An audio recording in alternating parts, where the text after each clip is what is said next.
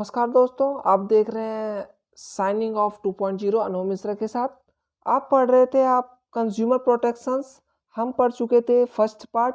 आज हम पढ़ेंगे सेकंड पार्ट। पार्ट सेकंड है आज का कंज्यूमर प्रोटेक्शंस का। चैप्टर आपका चल रहा है कंज्यूमर प्रोटेक्शन। आज हम पार्ट सेकंड क्लियर करेंगे। आज हम पढ़ने वाले हैं लीगल प्रोटेक्शन ऑफ कंज्यूमर। क्या आज हम पढ़ेंगे? आज का टॉपिक हमारा legal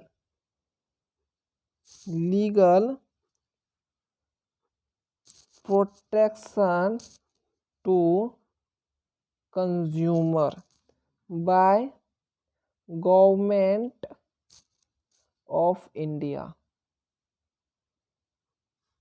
legal protections to consumer by government of India. Government of India के द्वारा कौन से प्रोटेक्शंस प्रोवाइड किए गए कंज्यूमर को, अगर उसके साथ कुछ भी कोई घटना घटित होता है, उसके इंटरेस्ट को कोई अगर क्या करता है, इग्नोर करता है या फिर उसके साथ एक्सप्लोटेशंस करता है, तो उसके लिए क्या प्रोटेक्शन दिया गया गवर्नमेंट ऑफ इंडिया द्वारा, वो देखते हैं। The consumer protection act 1986, this was the most important step taken by government to protect the interest of consumer. देखिए, इसको ऐसे लिखिए, this was the most important step taken by government of India to protect the interest of consumer के लिए ये बहुत ही important step उठाया गया है गवर्नमेंट ऑफ इंडिया के लिए, जो कि सराहनीय है। ठीक है। The provide of outcomes into force 1 जुलाई 1986। मतलब ये पॉइंट आप याद रखिएगा कि ये जो है, जो कंज्यूमर प्रोटेक्शन एक्ट है, ये आपका कब आया था? 1986 में। ठीक है, 1986 में। लेकिन इसको पूर्ण तरह से लागू कब किया गया, मतलब पूरे तरह से भारत में कब हो गया कि कंज्यूमर प्रोटेक्शन एक्ट आ चुका है। इसमें अगर कोई अगर कंज्यूमर का कुछ भी होता है हानि, तो उसके लिए प्रोटेक्शंस प्रावधान किए गए। तो ये हुआ आपका 1 जुलाई 1987 को एग्जीक्यूट हो गया। ठीक है, फाउंड हो गया था 1986 में, लेकिन एग्जीक्यूट किया गया 1 जुलाई 1987 में। ठीक है, तो अब देखिए इसका पढ़ते हैं हम, द मेन फीचर्स। क्या पढ़ेंगे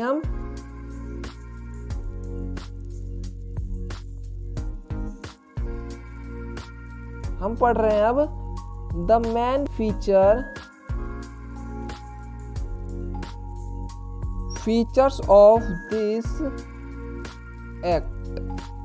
इसके क्या क्या फीचर्स हैं इस एक्ट के, जो लीगल प्रोटेक्शन कंज्यूमर एक्ट दिया गया ना 1986 में भारत सरकार के द्वारा, उसके क्या क्या फीचर्स हैं वो देखते हैं। तो पहला फीचर है आपका, जो कंज्यूमर है उसको प्रोवाइड कराता है राइट एंड रिस्पॉन्सिबिलिटी। क्या कराता है? राइट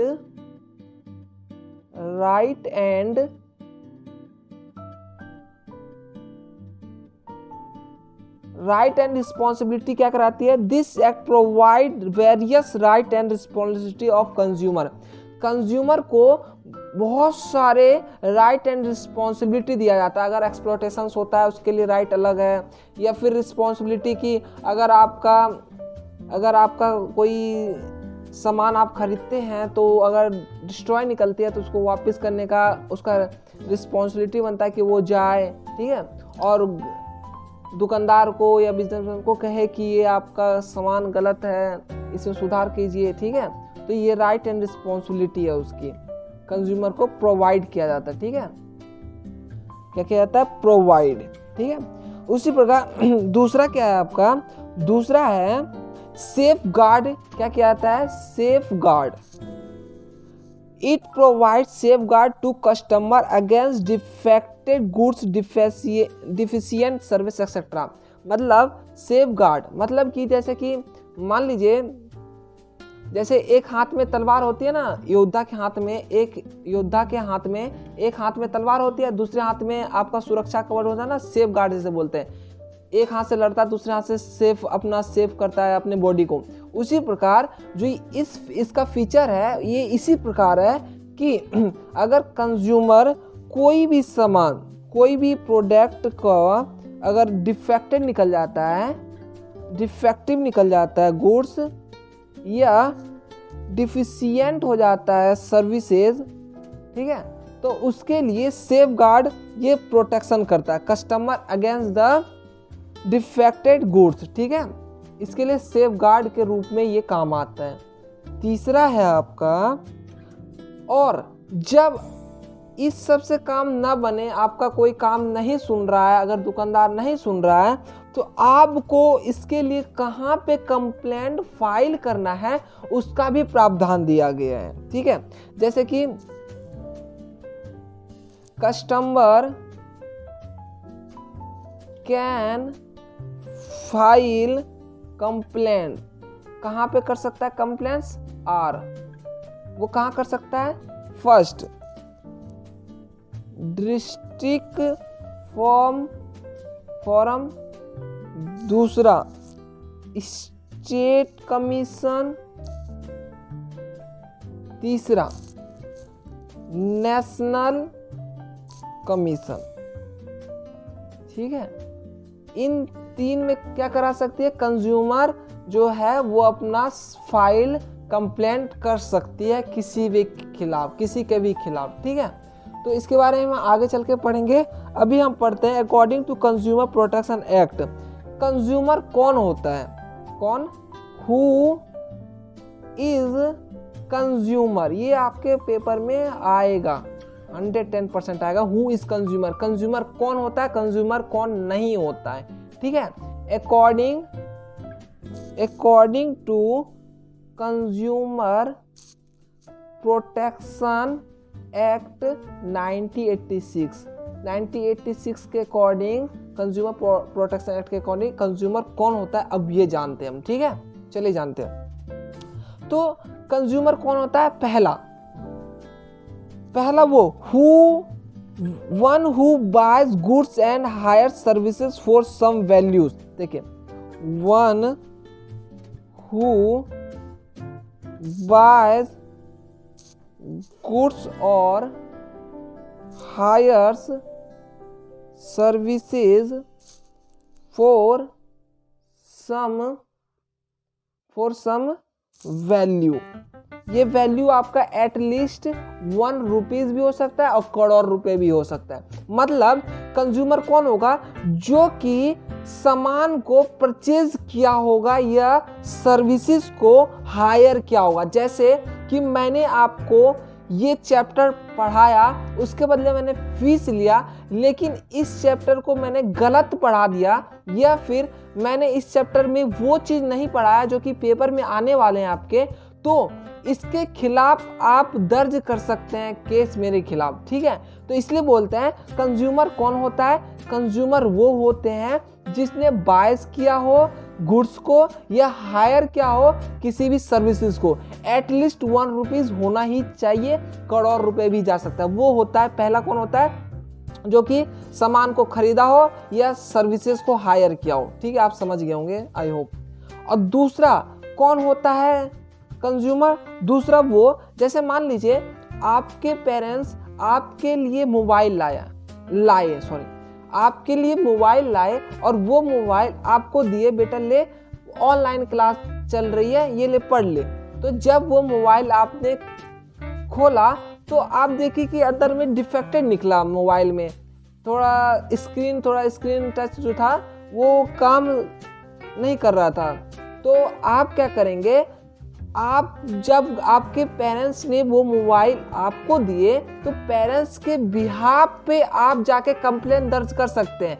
लेकिन अगर आपको पेरेंट्स ने अनुमति नहीं दिया है कि आप नहीं जा सकते कंप्लेन करने के लिए, तो आप अपने बिहाफ पे नहीं जा सकते। तो दूसरा कौन होता है? कंज्यूमर। कंज्यूमर होता है any users of such goods और बेनिफिशियरी ऑफ सर्विसेज विथ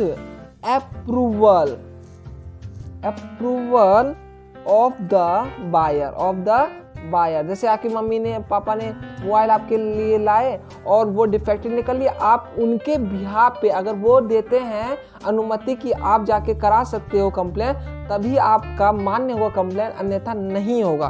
तो वो दूसरा कौन होता है? जो वो बायर नहीं है, लेकिन जो बायर है उसके अप्रूवल, वो अप्रूव करता है उस इंसान को जिसने नहीं खरीदा है, तब वो जाके कंज्यूमर प्रोटेक्शन एक्ट का यूज कर सकता है। वो होता है बायर, वो होता है आपका कंज्यूमर। तीसरा कौन होता है आपका consumer? Anyone who use the goods bought और सर्विसेज हायर और अर्निंग लिवलीहुड। मतलब कि कोई भी एनीबडी अगर हायर करता है सर्विसेज को एंड बायस करता है गुड्स को सेल्फ कंजप्शन के लिए, तभी वो माना जाएगा आपका कंज्यूमर। अन्यथा अगर सेल्फ एम्प्लॉयमेंट के लिए होगा, वो प्रोडक्शन के लिए होगा, तब वो कंज्यूमर नहीं माना जाएगा।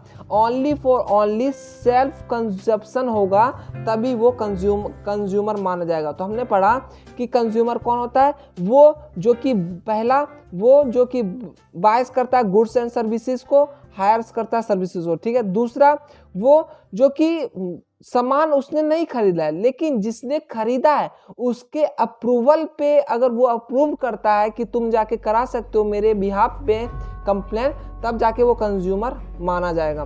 तीसरा वो जिसने बाय किया है गुड्स का और हायर किया सर्विसेज को, लेकिन सेल्फ कंजप्शन के लिए, नॉट फॉर सेल्फ उसके लिए, मतलब प्रोडक्शन वर्सन के लिए, ठीक है, वही माना जाएगा।